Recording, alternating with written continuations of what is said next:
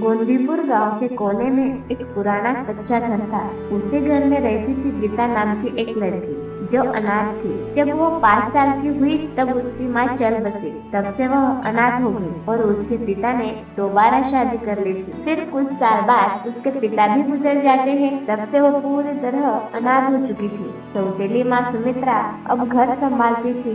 सुमित्रा को भी एक बेटी थी, उसका नाम मधु था और गाँव वालों को लगता था कि सुमित्रा ही गीता को पाल पोस कर बड़ा कर रही है, मगर असल में गीता हर दिन अपने आप से लड़ती थी। उसकी सौतेली माँ उसे हर बार ताने देती थी और घर के सारे काम करवाती थी। सुमित्रा अपनी सगी बेटी को प्यार देती और दूसरी तरफ गीता को ताने देती। गाँव वालों को ऐसा लगता था कि सुमित्रा अपनी सौतेली बेटी को कितने प्यार से पाल रही है। अब ऐसे ही बेचारी गीता की कहानी लिखे जाने वाली थी।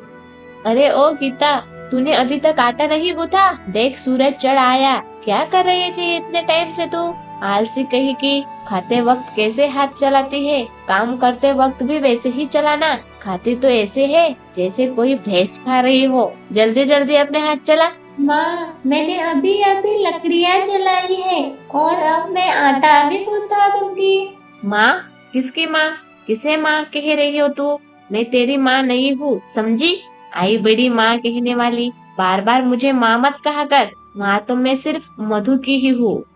गीता को हर रोज ऐसे ही ताने और तिरस्कार मिलते थे। हर रोज उसे उसकी सौतेली माँ अपमानित करती थी। गीता चुपचाप सारी बातें सह जाती थी। तभी मधु अपनी माँ से बात करती है। माँ, आज मेरे बालों में यह लाल रिबन कहाँ से रहा? मुझे स्कूल में सब देखेंगे। हाँ बेटा, तू तो मेरी प्यारी सी गुड़िया है। तेरे बालों में तो यह लाल रिबन बिल्कुल परी जैसे लगेगी। गीता भी अपनी फटी हुई रिबन की तरफ देखती है और अपनी सौतेली माँ से कहने लगती है। माँ, मेरे बालों की रिबन भी फट गई है, मुझे भी दे दो ना। नहीं। क्या तुझे दो? तू अब मेरी मधु की बराबरी करेगी? तुझे जो काम बोला है ना, तू चुपचाप वही कर। मेरी मधु को नजर मत लगा, पनौती कहीं की। गीता की आंखों में पानी आ जाता है। वह चुपचाप आटा गूंथने लग जाती है। वह बेचारी बहुत उदास हो जाती है। दूसरी तरफ गांव में कुछ महिलाएं बातें कर रही थी। तभी उनमें से एक महिला गीता के बारे में बात करती है। अरे, मुझे ऐसा लगता है कि गीता की सौतेली माँ उसे बहुत तंग करती है। अरे छोड़ना, क्या तुमने उसे देखा है? नहीं ना, तो तुम ऐसे कैसे कर सकते हो? बल्कि उसे तो सुमित्रा ने पाला है, नहीं तो बेचारी कहाँ जाती।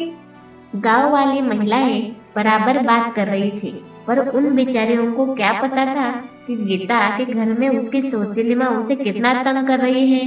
तभी गीता अपने आप से मन ही मन में कहती है, अगर मेरी माँ होती तो मुझे भी प्यार करती, मेरे बालों में भी प्यार से रिबन बांध देती। पर भगवान को यह मंजूर नहीं था। क्यों भगवान, मेरे ही जिंदगी में यह दुख क्यों लिखा है आपने? गीता ऐसे ही अपने आप से बात कर रही थी। तभी उसके हाथ से आटे की कटोरी गिर जाती है। फिर उसकी सौतेली माँ गुस्से से उसे सुनाने लगती है। हे भगवान, कितनी अपशकुन है यह लड़की। गिरा दिया ना आटा? एक काम ढंग से नहीं होता तुझसे। हर समय अपशकुन ही करती रहती है। पूरी तरह से पनौती है तू, पनौती। मैंने जानबूझकर नहीं गिराया था, हाथ से छूट गया हो। तभी मधु अपनी माँ से कहने लगती है। माँ, मेरे लिए तो आज का दिन बहुत बड़ा है, क्योंकि आज तो स्कूल में मेरी कविता प्रतियोगिता है। गीता को भी भेजेंगे ना? क्या गीता स्कूल जाएगी?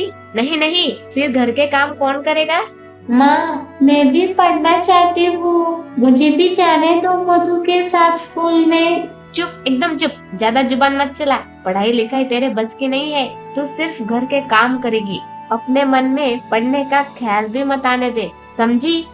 बेचारी गीता रोते रोते आटा उठाने लगती है। हर बार उसे उसकी सौतेली माँ डांट कर चुप करा देती है।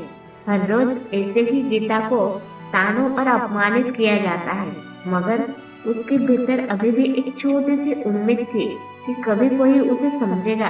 फिर ऐसे ही दोपहर को गीता कुएं से पानी लाने जाती है।